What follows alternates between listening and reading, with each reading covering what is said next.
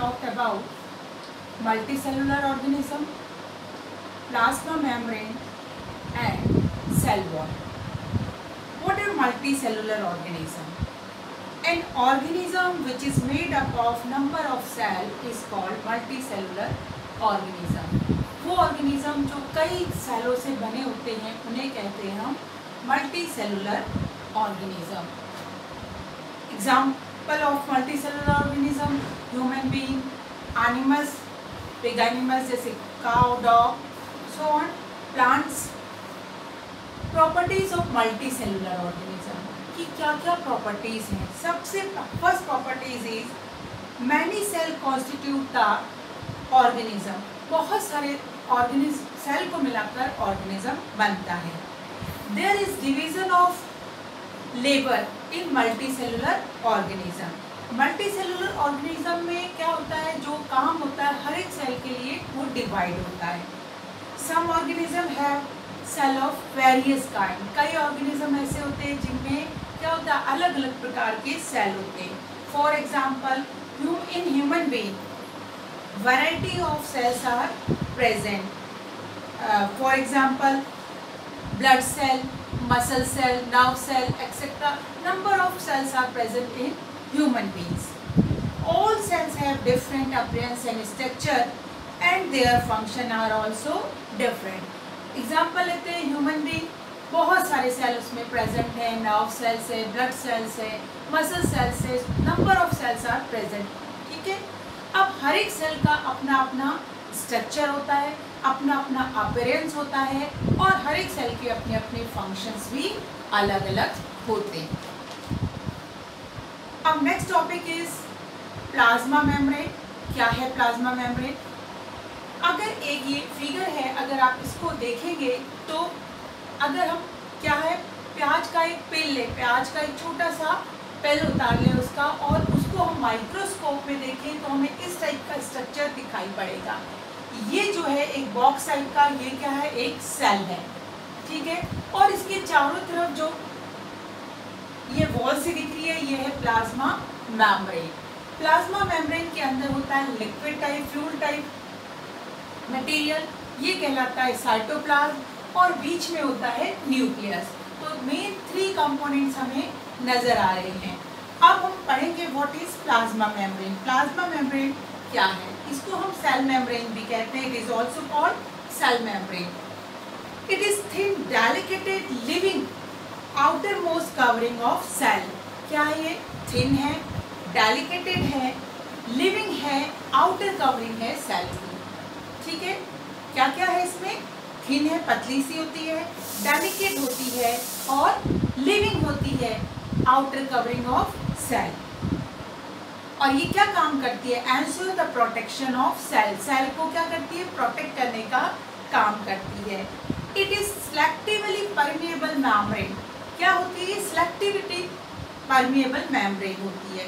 Selectively permeable membrane का क्या मतलब होता है? देखिए, अगर हम कहें कोई चीज़ फुली परमिएबल मेम्ब्रेन है तो वहाँ पर क्या होगा, वो कितनी भी चीज़ें उसके अंदर बाहर जा सकती है. It means membrane allow anything to come out और इन.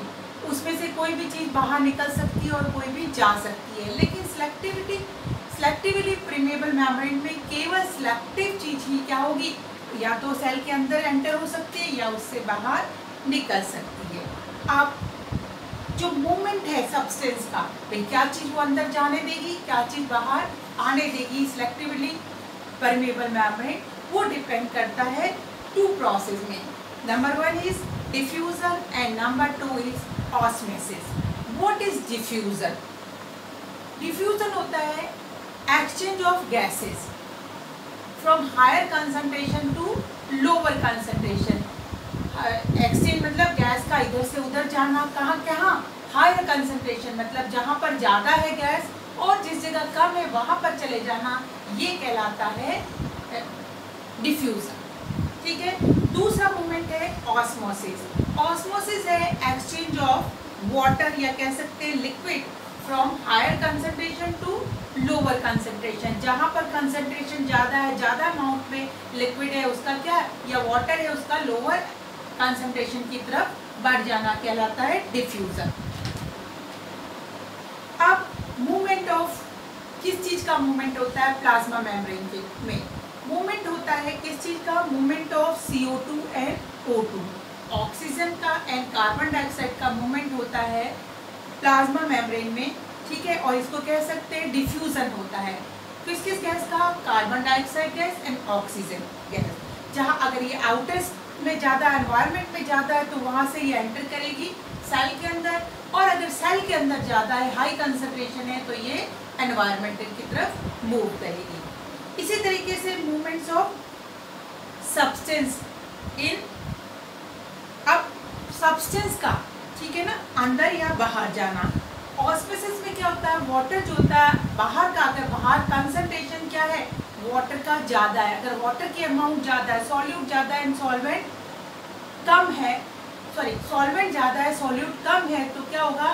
पानी जो है बाहर से, सेल के बाहर के एनवायरनमेंट से सेल के अंदर में एंटर करेगा, ठीक है। और ये इसका उल्टा होगा कि सेल के अंदर ज़्यादा है और एनवायरनमेंट में कम है, तो सेल से एनवायरनमेंट की तरफ मूव करेगा। अब बिहेवियर क्या रहता है? जो सॉल्यूशन है, ठीक है ना, उसका बिहेवियर क्या रहता है सेल में मूवमेंट करने के लिए? अब दो तरीके से 3 टाइप्स के हमारे पास सॉल्यूशन होते हैं। Number first hypotonic, number second hypertonic, number third isotonic, ठीक है। हाइपोटोनिक क्या होता है? हाइपोटोनिक जिसमें वाटर जो है सॉल्यूशन में ज़्यादा है।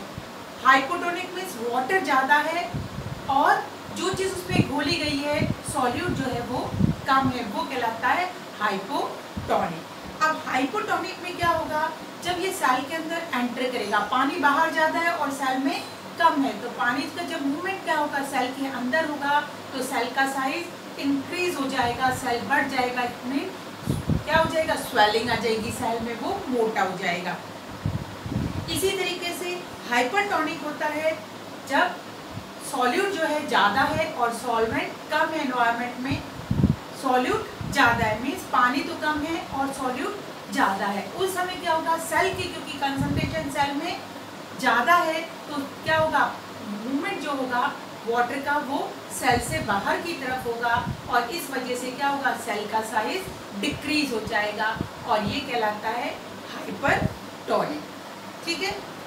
आइसोटोनिक होता है कि ना तो क्या है, दोनों का कंसंट्रेशन सेम है, वाटर का कंसंट्रेशन इज सेम, ठीक है, तो वहाँ सेल के अंदर भी और सेल के बाहर भी, तो वो कहलाता है सॉल्यूशन आइसोटोनिक। अब हम बात करते हैं प्लाज्मा मेम्ब्रेन का स्ट्रक्चर कैसा होता है, ठीक है ना। अब प्लाज्मा मेम्ब्रेन जो है वो बनी होती है लिपिड और प्रोटीन से। तो plasma membrane is made up of protein and lipids. Lipids क्या है? लिपिड्स जो है ऑर्गेनिक सब्सटेंस है। ऑर्गेनिक सब्सटेंस वो होते हैं जिसमें कार्बन प्रेजेंट होता है, तो लिपिड्स और प्रोटीन से बनी होती है प्लाज्मा मेम्ब्रेन। और it is seen only through electronic microscope. हम इलेक्ट्रॉनिक माइक्रोस्कोप के द्वारा ही प्लाज्मा मेम्ब्रेन को देख सकते हैं। It is lipid by layer structure, और इसमें क्या होता है? लिपिड की जो होती है 2 लेयर्स होती है, ठीक है। अब फंक्शन क्या है? What is the function of plasma membrane? काम क्या करती है plasma membrane? Protect the cell, cell को प्रोटेक्ट करती है।